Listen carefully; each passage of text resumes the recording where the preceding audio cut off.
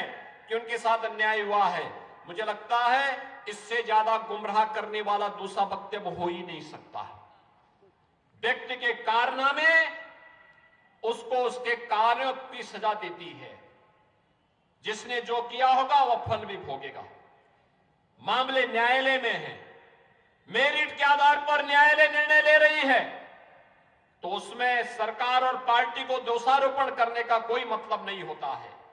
और मुझे तो कहूंगा मैं उनसे कि वे अपना स्वास्थ्य का ख्याल रखें। अनावश्यक रूप से क्यों बेकार जनता के सामने आकर के जनता को क्यों अनावश्यक रूप से, अगर ये संवेदनशीलता सरकार में मंत्री रहते हुए उन्होंने दिखाई होती, यहां के ईमानदारी से विकास में रुचि ली होती, यहां के प्रतिष्ठानों पर कब्जा करवाने की बजाय यहां के प्रतिष्ठानों के संरक्षण करने का दायित्व अपने ऊपर लेकर के बिना भेदभाव के हर नागरिक के सुख दुख में सहभागी बनकर के आगे बढ़ाए होते और अपनी जवान को भी नियंत्रित किए होते, तो मुझे लगता है कि बदजवानी व्यक्ति के लिए हमेशा दुर्गति का काम करती है।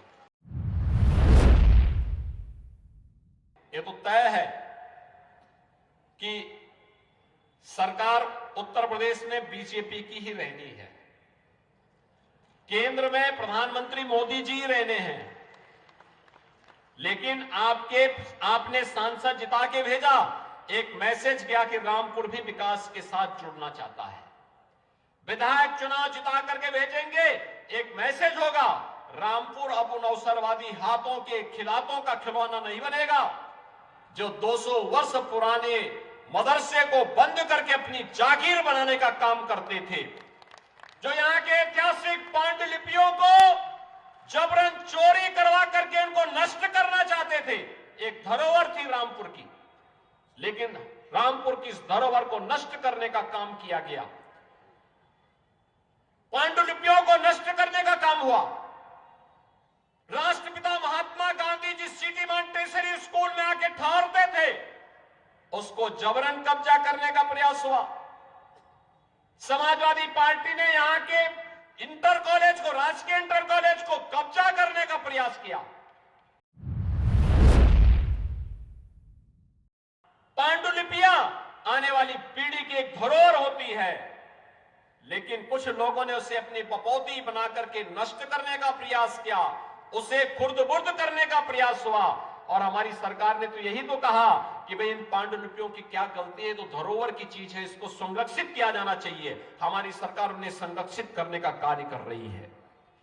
हमारी सरकार ने तो यही कहा सिटी मॉन्टेसरी स्कूल पे किसी का कब्जा नहीं होगा, यहां के राजकीय इंटर कॉलेज पे किसी को कब्जा नहीं करने देंगे, और अगर सरकारी पैसे से गेस्ट हाउस बना है, उस गेस्ट हाउस का उपयोग सरकारी कार्य के लिए ही होगा, उसको कोई व्यक्तिगत बपौती नहीं बना सकता है, क्योंकि लोकतंत्र में केवल जनता ही मालिक होती है, बाकी कोई मालिक नहीं होता है। जनता ही जनार्दन होती है, और उसको उसी भाव के साथ हम लोग उसके लिए बनाए गई योजनाओं का लाभ उसी तक पहुंचाने का काम करेंगे। समाजवादी पार्टी की हमेशा से नियत रही है, जब वो चुनाव हारती है तो पहले इलेक्शन कमीशन को दोषी ठहराती है, फिर वह ईवीएम को दोषी ठहराती है, फिर प्रशासन को दोषी ठहराती है, और फिर पुलिस कर्मियों को दोषी ठहराती है, लेकिन अपने कारनामों को कभी वे लोग दोषी नहीं ठहराते हैं। भाइयों बहनों, अगर अपने कारनामों को ये लोग दोषी ठहरा करके जनता के सामने माफी मांगते, हो सकता जनता जनार्दन उन पर रहम करती, लेकिन जनता भी जानती है ये सुधरने का नाम नहीं लेने वाले हैं, सुधरेंगे भी नहीं, क्योंकि जिनकी आदत गलत हो चुकी होती है उनको सुधरने में भी मुझे लगता है कि बहुत समय लगता है, और वक्त सबको सुधार देता है।